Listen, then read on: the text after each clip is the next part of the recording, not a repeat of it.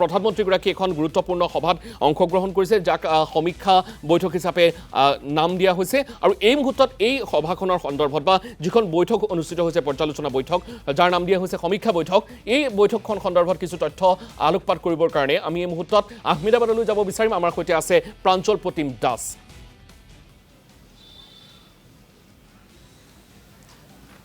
নিশ্চয়কৈ সমীৰণ এই মুহূৰ্তত আপোনালোকে ইতিমধ্যে যি ভিজুৱেল দেখিছে কিছু সময় পূৰ্বে প্ৰধানমন্ত্ৰী নৰেন্দ্ৰ মোদীয়ে আহত যিসকল লোক তেওঁলোকৰ সৈতে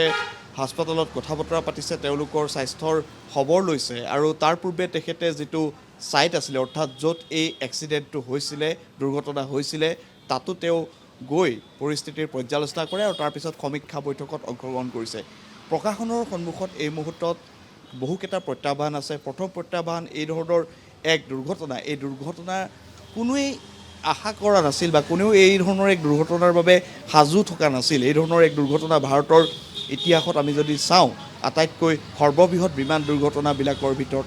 এটা আৰু এই মুহূৰ্তত ইয়াত এই গোটেই স্থান আমি য'ৰ পৰা কালি নিশা য'ত দেখাইছিলোঁ যিটো দুৰ্ঘটনাৰ স্থান আজি তালৈ যাবলৈ এই মুহূৰ্তত অনুমতি দিয়া নাই তাত এতিয়াও NDRFৰ যিসকল লোক আছে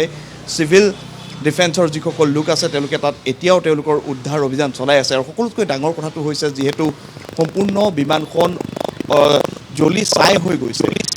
নিশ্চয়কৈ সমীৰণ মই ইতিমধ্যে কৈ আছিলোঁ যে প্ৰশাসনৰ সন্মুখত এই মুহূৰ্তত যথেষ্ট প্ৰত্যাহ্বান আহি পৰিছে আৰু দুটা দিশ আছে প্ৰথম দিশটো বিমানৰ যিসকল যাত্ৰী তেওঁলোকৰ এজন সৌভাগ্যৱান যাত্ৰীক বাদ দি 11A ছিটৰ বাকী অন্য যিসকল যাত্ৰী আছে প্ৰায় নিশ্চিত হৈছে যে তেওঁলোকে জীৱন হেৰুৱাইছে এই দুৰ্ঘটনাত যদিও আনুষ্ঠানিক যি তথ্য বা আনুষ্ঠানিক যি বিষয় সেই বিষয়খিনিলৈ আৰু কিছু সময় অপেক্ষা কৰিব লাগিব যিসকল আত্মীয় স্বজন আছে পৰিয়াল আছে তেওঁলোকে এই মুহূৰ্তত শোকত ভাগি পৰিছে আৰু প্ৰশাসনৰ সন্মুখত ডাঙৰ সমস্যাটো হৈছে যিহেতু আপুনি ইতিমধ্যেই আমাৰ দৰ্শকসকলে সেই ভিজুৱেল দেখিছে যে বিমানখন ভূপতিত হোৱাৰ লগে লগেই জ্বলি ছাই হৈ গৈছে এক প্ৰকাণ্ড বিস্ফোৰণ হৈছে আৰু 1,25,000 লিটাৰ ইন্ধন আছিলে যিহেতু ইন্ধন ব্যৱহাৰেই হোৱা নাছিলে 5 মিনিট পিছতেই ভূপতিত হৈছে বিমানখন গতিকে তাত এক প্ৰকাৰ বিস্ফোৰণ হোৱাৰ ফলত আটাইবোৰ যিসকল যাত্ৰী আছিলে বেছি সংখ্যকৰে যি নচৰ দেহ সেয়া জ্বলি ছাই হৈ গৈছে আৰু আমি যেতিয়া তাত উপস্থিত হৈছিলোঁ কালি সেই স্থানৰ পৰা দেখুৱাইছিলোঁ এক অবৰ্ণনীয় পৰিৱেশ যিফালে চোৱা যায় কেৱল ধোঁৱা জুই আৰু তাৰ মাজত আমি যদি চাওঁ তাৰ মাজতে উদ্ধাৰকাৰী দলসমূহে যি নচৰ দেহ বা মৰ্টেল ৰিমেইন সেইখিনি তেওঁলোকে তাৰ পৰা আঁতৰাই আনিবলৈ তাৰ পৰা উলিয়াই আনিবলৈ তেওঁলোকে চেষ্টা কৰিছে আৰু তেওঁলোকে চেষ্টা এতিয়াও অব্যাহত ৰাখিছে আৰু সেই ছাইটত এতিয়া কাকো তাত প্ৰৱেশ কৰিবলৈ দিয়া হোৱা নাই আৰু যিহেতু তদন্ত চলি আছে আমি যদি চাওঁ যে যি ইনভেষ্টিগেশ্যন যি দায়িত্ব AAIB aircraft accident investigation bureau' তেওঁলোকৰ যিসকল বিষয়া আছে তেওঁলোকে তাত দায়িত্ব লৈছে আৰু বয়িঙৰ বিশেষজ্ঞ আমেৰিকাৰ পৰা এটা ইনভেষ্টিগেশ্যন টীম আহিছে US-ৰ পৰা তেওঁলোকেও তেওঁলোকৰ যি তাত ইনভেষ্টিগেশ্যন সেয়া তেওঁলোকে প্ৰাৰম্ভিক ইনভেষ্টিগেশ্যন তেওঁলোকে চলাই আছে কিন্তু এতিয়ালৈকে সকলোতকৈ ডাঙৰ প্ৰশ্নটো হৈছে কি পৰিণতিত কিহৰ কাৰণে বয়িং বিমানখনৰ দুইটা যি ইঞ্জিন সেই দুইটা ইঞ্জিন বিকল হ'বলৈ পালে কাৰণ সাধাৰণ ক্ষেত্ৰত এটা বিশেষকৈ এই ধৰণৰ বয়িং বিমানসমূহৰ ক্ষেত্ৰত যদি আমি কওঁ যে এটা ইঞ্জিন যদি বিকল হয় আনটো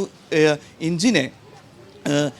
বিমানখনক সুৰক্ষিতভাৱে অৱতৰণ কৰাত সহায় কৰে মোৰ লগত एजन व्यक्ति আছে তেওঁ ওচৰলৈ আহিছোঁ कल आप वहाँ पे था जब वो प्लेन क्रैश हुआ था तो कितने देर पहले आप वहाँ पे था और आपने क्या देखा मैं जस्ट 5 मिनट पहले एक्चुअली राजस्थान हॉस्पिटल से निकला था वहाँ से जब तक तो सही था जैसे ही आगे मैमको ब्रिज के पास आया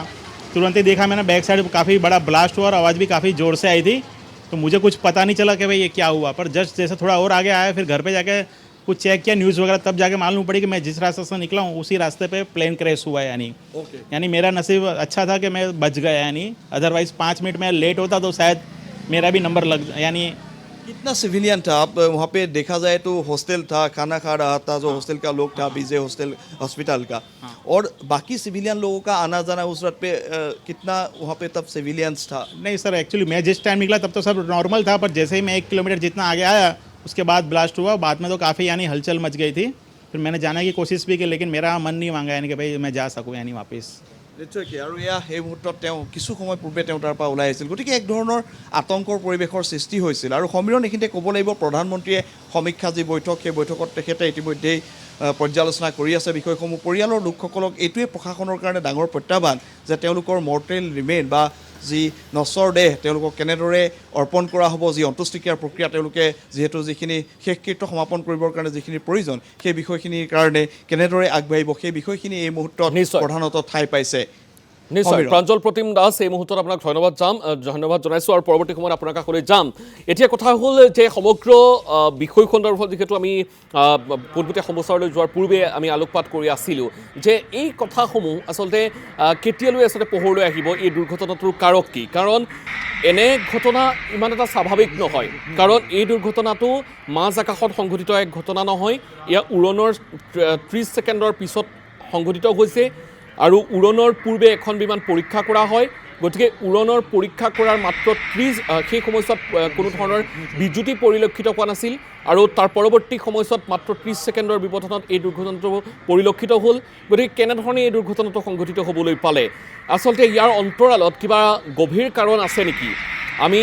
এই মুহূৰ্তলৈকে আচলতে পোহৰলৈ নহা কিছু কাৰক আছে নেকি, এতিয়া ব্লেক বক্সত কিসমূহ তথ্য পোহৰলৈ আহিব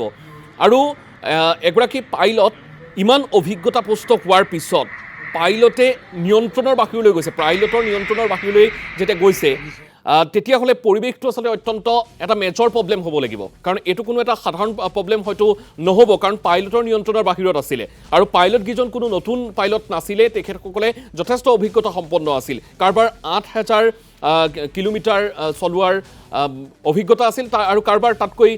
বেছি ঘণ্টা চলোৱাৰ অভিজ্ঞতা আছিল, আচলতে কেইবা ঘণ্টা তেখেতসকলে একেৰাহে চলোৱাৰ অভিজ্ঞতা আছে। গতিকে এই যিখিনি তথ্য, এই তথ্যখিনিয়ে আচলতে ভাবিবলৈ বাধ্য কৰাইছে যে এয়া কোনো ধৰণৰ সাধাৰণ এটা দুৰ্ঘটনা নহয় আৰু এই দুৰ্ঘটনাটো কেনেধৰণে সংঘটিত হ'বলৈ পালে তাক লৈ বিভিন্ন ধৰণৰ প্ৰশ্ন আছে। এইসমূহৰ ওপৰত আলোচনা কৰিম আৰু বৰ্তমান সময়ছোৱাত প্ৰধানমন্ত্ৰীগৰাকীয়ে এক গুৰুত্বপূৰ্ণ বৈঠকত মিলিত হৈছে।